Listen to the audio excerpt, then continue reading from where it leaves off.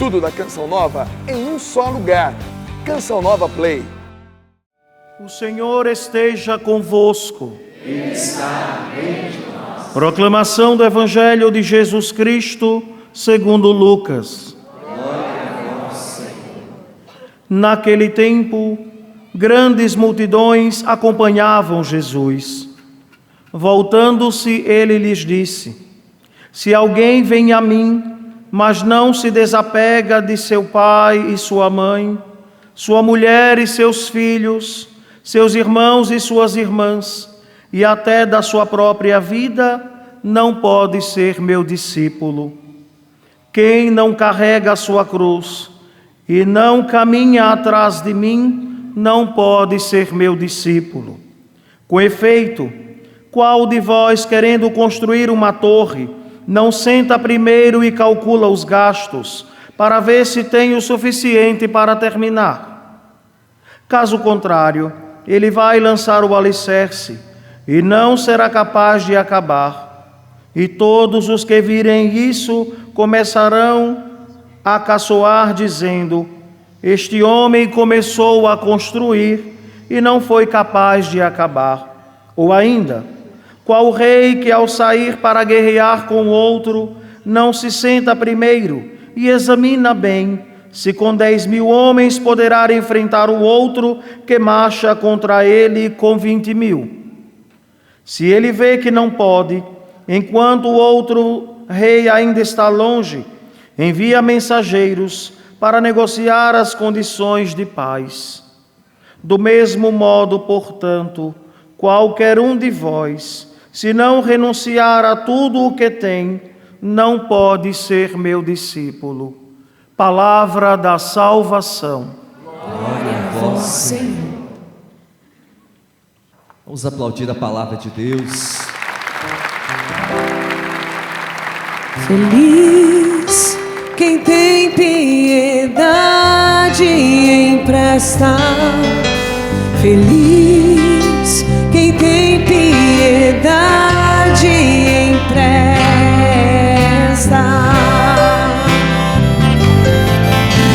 Feliz quem tem piedade e empresta.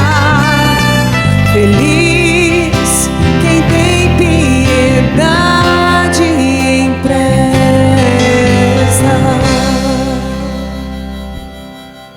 Meus irmãos, minhas irmãs, a liturgia da palavra dessa quarta-feira, dessa 31ª semana do tempo comum, vem nos provocar. E nos provocar em algo que é muito importante na nossa caminhada de fé como cristãos, no seguimento de Cristo, diante da vontade de Deus. É uma provocação que precisa, dia após dia, nos incomodar. Não um incômodo negativo, mas esse incômodo de fazer com que nós tenhamos a coragem de sair de nós, na direção de Deus e na direção dos irmãos. O Evangelho vai nos falar de renúncia. E quando a gente escuta essa palavra da renúncia, como o próprio Jesus vai dizer aqui: se alguém vem a mim, mas não se desapega de seu pai, de sua mãe, de sua mulher, de seus filhos, de seus irmãos, de suas irmãs e até da sua própria vida, não pode ser meu discípulo. Veja que condição, que exigência que Jesus coloca. Mas nós precisamos entender essa realidade de renúncia, de desapego, na perspectiva do amor. É o amor que engrandece a renúncia. É o amor que dá sentido a tudo aquilo que nós fazemos em vista de Deus e dos irmãos. Quem é mãe aqui sabe muito bem que em muitos momentos da sua vida, na criação do seu filho, da sua filha, você viveu essa experiência da renúncia. Da renúncia da sua vontade, da renúncia do seu querer, Quantas vezes a gente percebe na nossa casa, nós que somos filhos, que a mãe deixou de comer aquele pedaço de frango que ela gosta, porque o filho gosta mais daquele pedaço e a mãe sabe, e mesmo que ela quisesse, ela deixa lá, fala que não está com vontade. Essa capacidade para entender aquilo que Jesus está dizendo no Evangelho, do segmento dele, nós temos que ver uma mãe e um pai que tem coragem de renunciar à sua vida por causa do seu filho, que às vezes está doente e fica horas e horas e horas, passa até mesmo a noite em pé ali do lado da cama, cuidando do filho. Às vezes vira noites e noites e noites sem dormir e dormindo um pouquinho. Por quê? Porque ama. É desse amor que a liturgia fala. Nós só seremos capazes de renunciar, de nos desapegarmos, nesse nível que Jesus está dizendo, se nós entendermos essa dinâmica do amor. Porque não é Jesus não está dizendo que nós temos que desconsiderar os nossos familiares. Ele está dizendo que nós temos que nos desapegar. Amor não é apego, amor é liberdade. Amor não é escravidão. Amor não é possessão, não é opressão, é liberdade. E às vezes, aquilo que em muitos momentos a gente vive, não é esse amor que Jesus está nos ensinando a ter, esse amor que passa pelo coração de Deus, esse amor caridade, esse amor doação. É um amor que nos faz desapegados, que nos faz querer o bem ao outro, sem querer nada em troca. Um amor que me torna consciente de que o amado ou a amada não é posse minha. Eu não sou dono. Eu não tenho que dominar. Eu não tenho que oprimir. Eu não tenho que amarrar. Porque isso denota um amor adoecido. Um amor que é capaz de matar o amado. Que história é essa que a gente vê por aí? Matou por amor. Isso é amor? Matou porque amava. Meu Deus, eu estou completamente distante da compreensão racional de um amor assim, até mesmo de sentimental. Não dá para entender um amor que mata, um amor que quer fazer o mal, um amor que deseja o mal. Isso não é amor, isso é doença.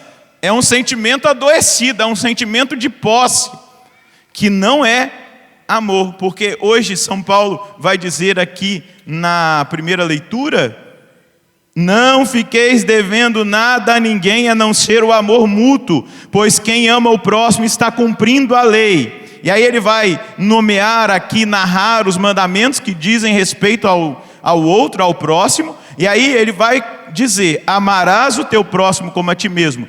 O amor não faz nenhum mal contra o próximo. Portanto, o amor é o cumprimento perfeito da lei.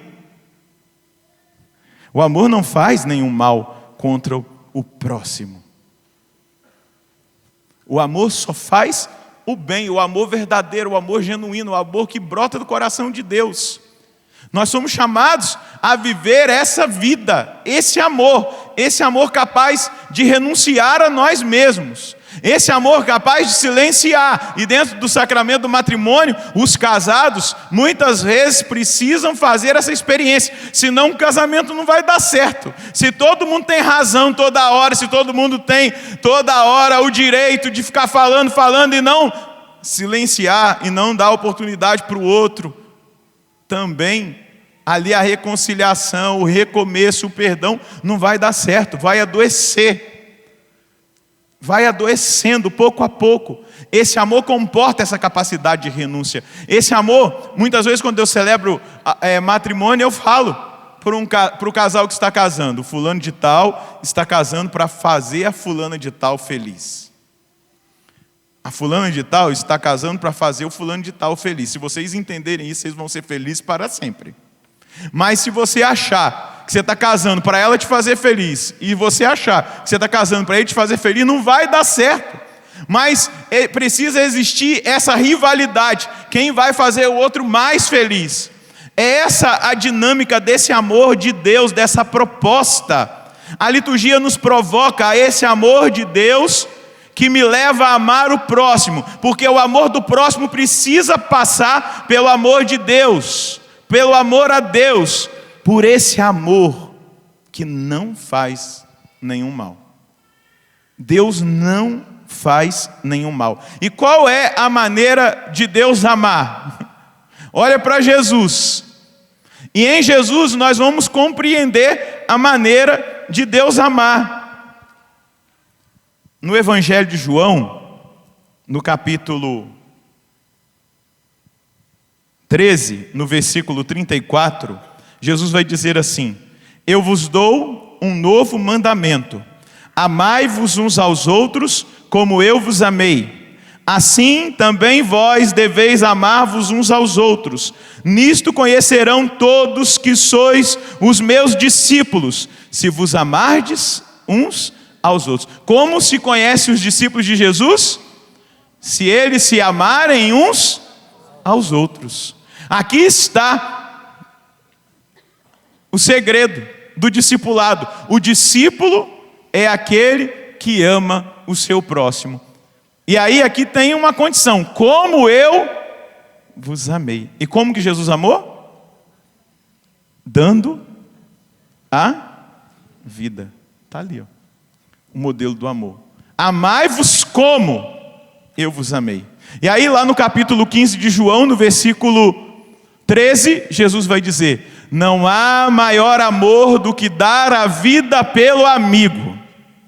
Só que Jesus vai além. Ele vai dizer: amai os vossos inimigos. Olha o nível altíssimo da proposta que Jesus faz de seguimento.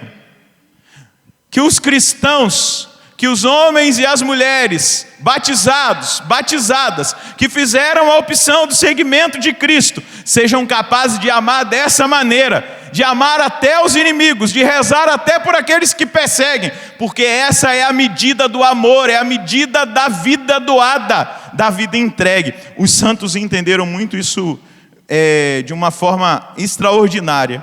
Veja São Francisco, naquela linda oração que ele faz: Senhor, fazei-me um instrumento de vossa paz. Onde houver ódio, que eu leve o amor. Onde houver ofensa, que eu leve o perdão. Onde houver discórdia, que eu leve a união. Onde houver dúvidas, que eu leve a fé. Onde houver erro, que eu leve a verdade. Onde houver desespero, que eu leve a esperança. Onde houver tristeza, que eu leve a alegria. Onde houver trevas, agora olha o que ele diz: ó mestre, fazei que eu procure mais consolar que ser consolado, compreender que ser compreendido, amar que ser amado, pois é dando que se recebe, é perdoando que se é perdoado, e é morrendo que se vive para a vida eterna. Quem é o santo senão aquele que amou a Deus sobre todas as coisas?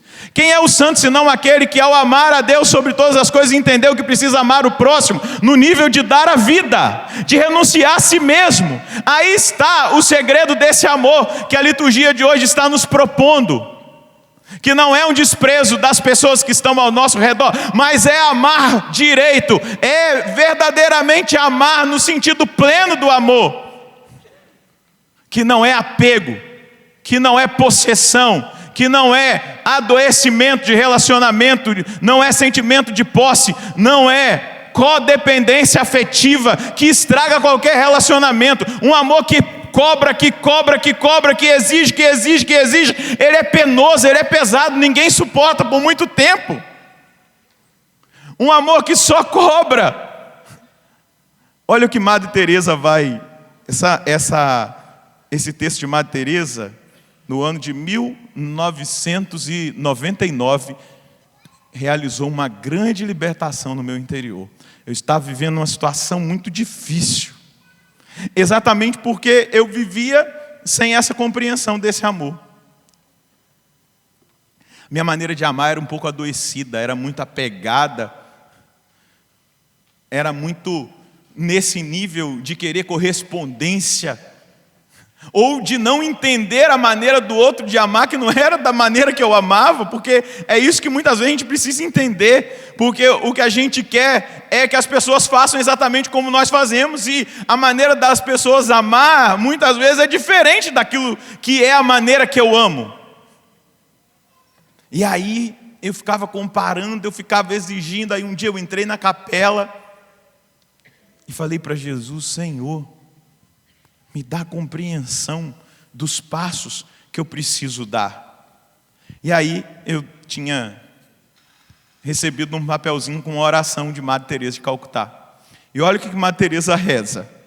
Olha a compreensão do santo, né? Apresentei Francisco, agora Santa Teresa de Calcutá. Senhor, quando eu tiver fome, dai-me alguém que necessite de comida. Quando eu tiver sede, dai-me alguém que precise de água. Quando eu sentir frio, dá-me alguém que necessite de calor. Quando eu tiver um aborrecimento, dá-me alguém que necessite de consolo. Quando a minha cruz parecer pesada, deixe-me compartilhar a cruz do outro. Quando me achar pobre, ponde ao meu lado alguém necessitado. Quando não tiver tempo, dai-me alguém que precise de alguns dos meus minutos. Quando sofrer humilhação, dai-me ocasião para elogiar alguém. Quando eu estiver desanimada, diz Teresa de Calcutá, dai-me alguém para lhe dar novo ânimo.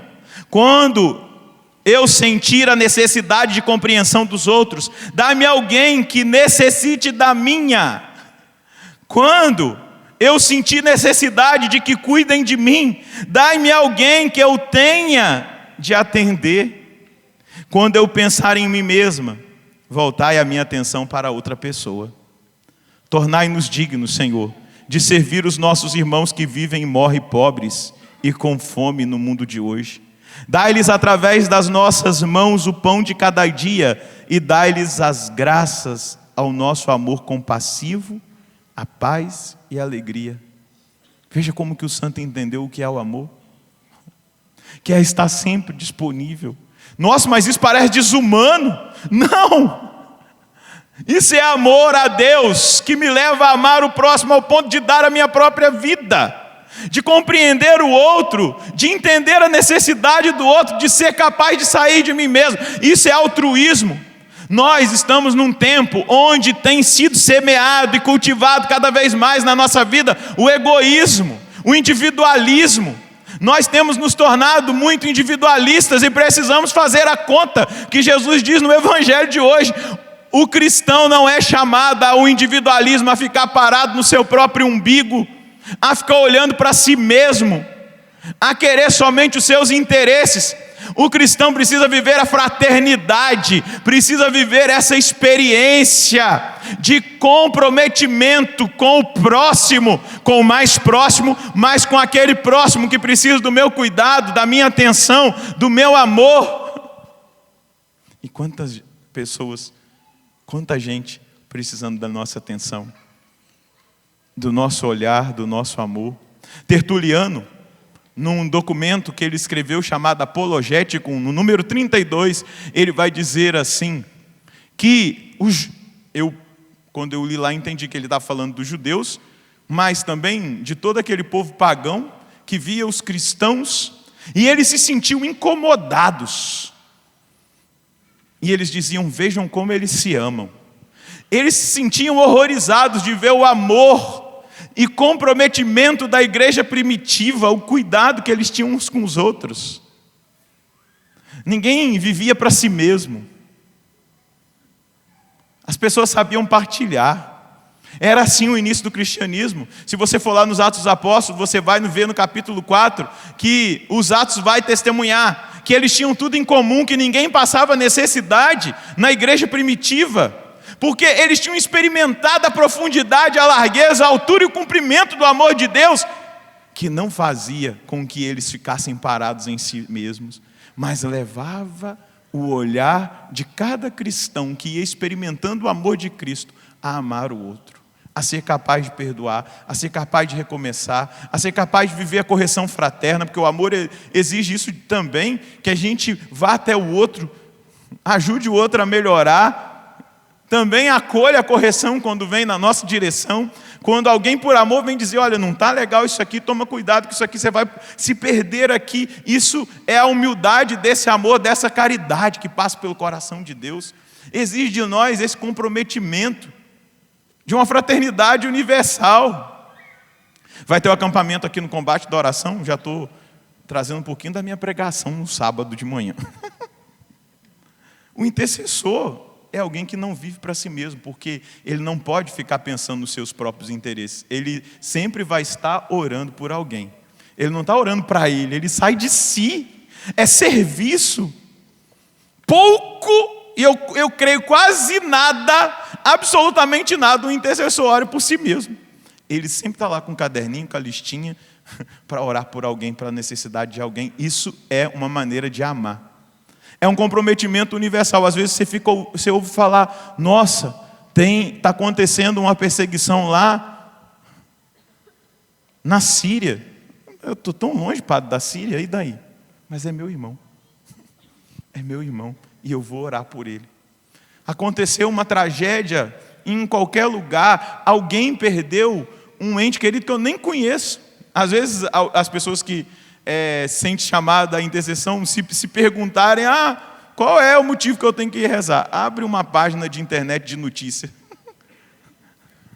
Está lá, uma lista de intenções. Leia um jornal, você vai ver se você não tem motivos de se comprometer com o seu próximo, que está longe, mas é seu irmão. Essa dinâmica desse amor que Jesus está nos propondo hoje, está nos provocando ao discipulado. Do mesmo modo, portanto, qualquer um de vós, se não renunciar a tudo que tem, não pode ser meu discípulo. Desapega. Jesus está dizendo isso, desapega de si mesmo.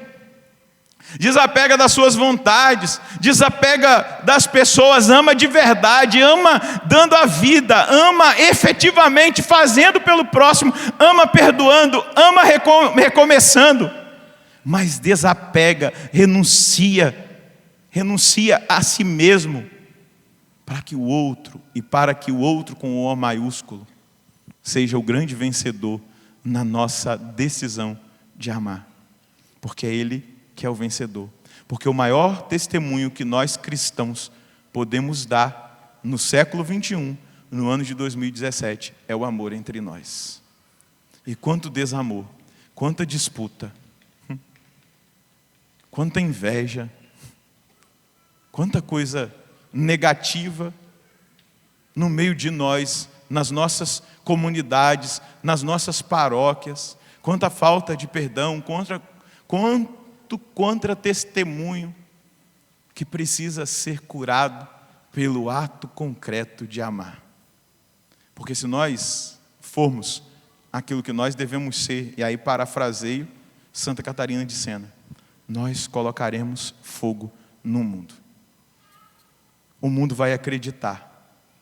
O mundo vai acreditar na nossa pregação. O mundo vai acreditar na nossa música. O mundo vai acreditar no nosso testemunho. Mas é preciso amar. E amar de verdade. Amar sem condições. É aquilo que João, já vou concluindo, aqui no capítulo 4, deixa eu ver aqui se é o 4, no versículo 7 da primeira carta, João vai dizer, caríssimos, amemo-nos uns aos outros, porque o amor vem de Deus. E todo aquele que ama nasceu de Deus e conhece a Deus. Quem não ama não chegou a conhecer a Deus, pois Deus é amor. Foi assim que o amor de Deus se manifestou entre nós. Deus enviou seu Filho único, ao mundo, para que tenhamos a vida por meio dele. Nisto consiste o amor, não fomos nós que amamos a Deus, mas foi Ele que nos amou e enviou o seu Filho como oferenda de expiação pelos nossos pecados. Caríssimos, se Deus nos amou assim, nós também devemos amar-nos uns aos outros. Ninguém jamais viu a Deus. Se nos amamos uns aos outros, Deus permanece em nós, e seu amor em nós é plenamente realizado.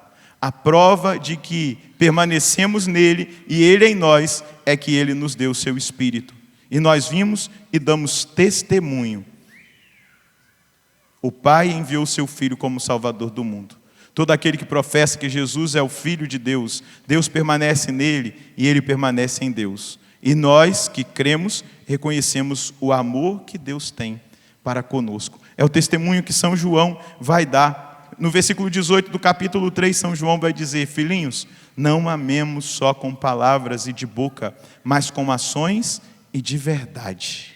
Ele vai dizer, se nós dizemos que amamos a Deus, que nós não vemos, e não amamos o irmão que nós estamos vendo, nós somos mentirosos. A grande provocação de Jesus hoje é da renúncia de nós mesmos, para que nós sejamos capazes de amar.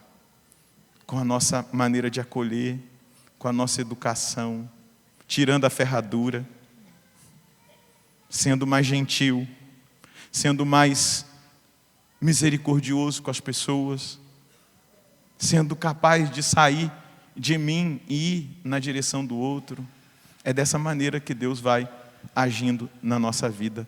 É dessa maneira que Deus vai abençoando a nossa casa, os nossos, à medida que nós temos a coragem de sair de nós e de ir na direção dos outros. Essa é a medida. Esse é o chamado. Uma vida em alto nível é a vida de quem ama, de quem se decidiu por amar. Esse é o chamado que Deus nos faz hoje. E aí sim, nós vamos amar de verdade o nosso pai, a nossa mãe, os nossos filhos. Os esposos vão amar as esposas. E aí nós vamos amar de verdade os nossos parentes, os nossos amigos. E faremos com que eles experimentem a liberdade desse amor, que vem de Deus, que não vem desse mundo, é sobrenatural.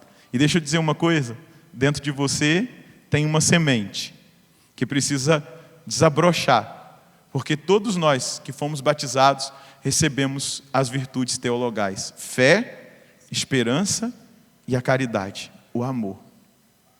E vai dizer São Paulo aos Coríntios, o amor é o maior, supera todos. Depois no capítulo 13, ele vai dizer, o amor jamais acabará. Feche um pouquinho os seus olhos na presença do Senhor.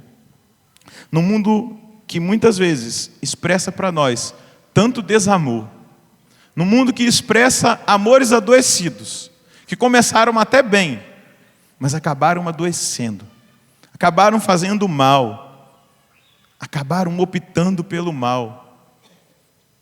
Nós queremos fazer uma opção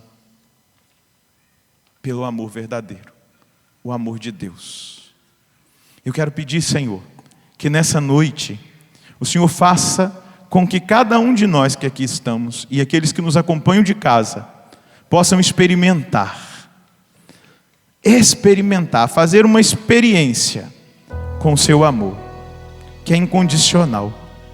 Que essa pessoa que está aqui sentada e esses milhares que nos acompanham de casa nessa noite, onde estiverem, vivendo as situações adversas que estejam vivendo, talvez oprimidos por esse sentimento de apego, por essa codependência afetiva, que experimentem, que todos nós experimentemos da força do seu amor que adentra o mistério da nossa vida e que começa a dar sentido à nossa vida.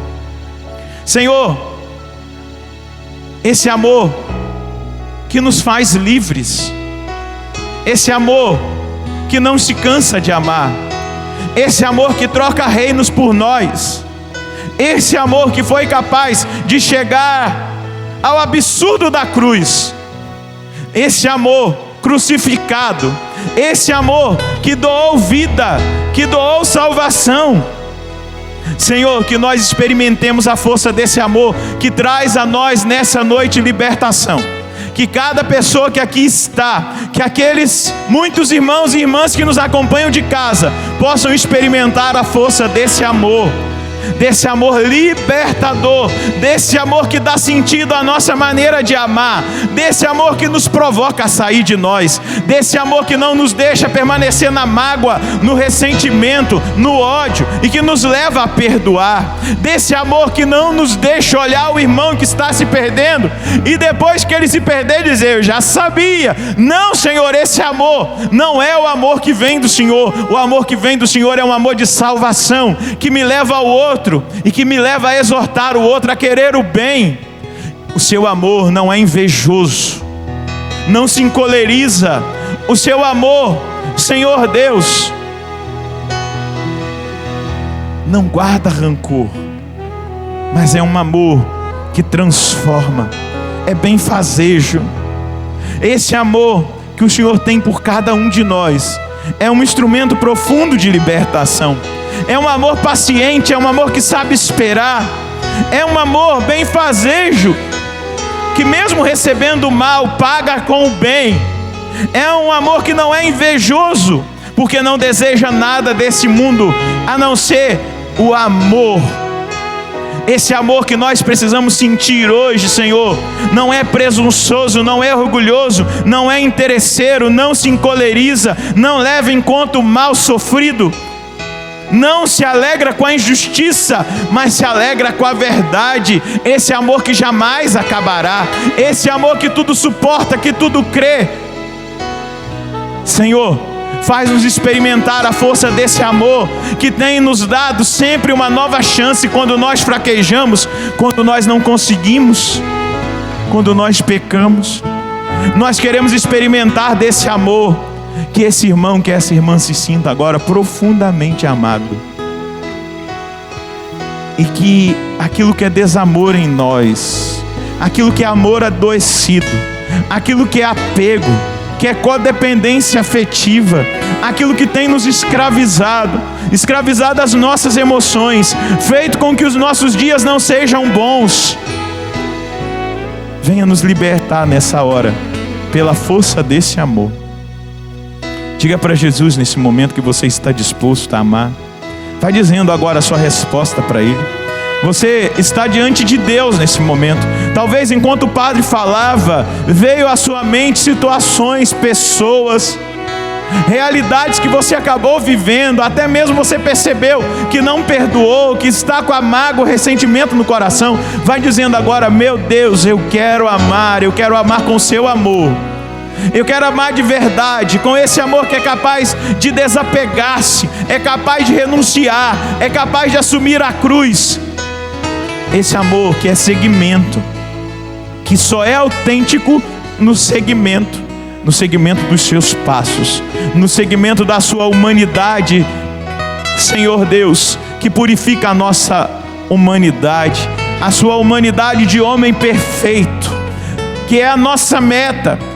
Nós temos ainda vivido muitas imperfeições na nossa experiência de amar, mas ainda é tempo. O Senhor está nos dando uma chance nessa noite. Muitas vezes esse amor apegado tem nos feito ser injustos com as pessoas, indiferentes, tem nos feito assumir lados, sem saber escutar o outro lado, tem nos feito fazer opções tão erradas, porque nós ainda estamos amando de uma maneira que não é a sua proposta de amor, que aceita, que acolhe, que perdoa, que vai até o próximo, ao pobre, ao desvalido, ao necessitado. A exemplo de Teresa de Calcutá, a exemplo de Francisco de Assis. Dá-me a graça, Senhor. Dá-me a graça de amar com o seu amor. Amar os meus irmãos, amar os meus amigos, amar a minha família, amar aqueles que se apresentam como inimigos, amar os próximos que não estão tão próximos, amar os que sofrem, amar os que padecem, amar os que têm fome, que têm sede. Dá-me a graça, Senhor. Dá-me a graça de amar com o seu amor. De amar com o seu amor. De amar com o seu jeito.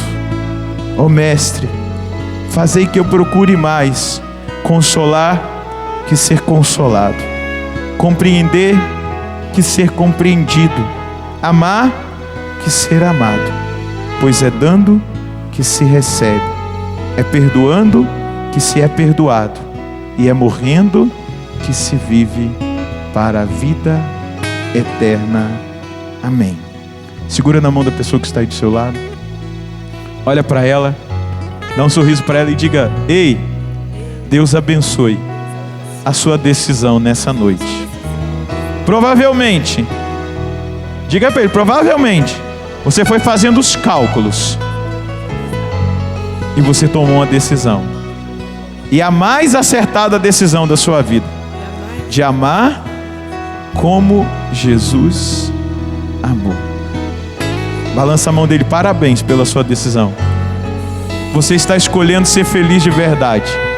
Porque a nossa felicidade não está em nós, mas está em sair de nós e ir na direção do outro. Diga para ele, amém? Coragem, coragem, coragem. Deus está com você. Aleluia. Pode aplaudir a decisão desse irmão, dessa irmã que estão aí e que tomaram essa decisão. Eu queria que você aplaudisse a decisão de tantos e tantas que estão em casa agora e que também fizeram as contas e estão se decidindo pelo amor. Tudo da Canção Nova em um só lugar. Canção Nova Play.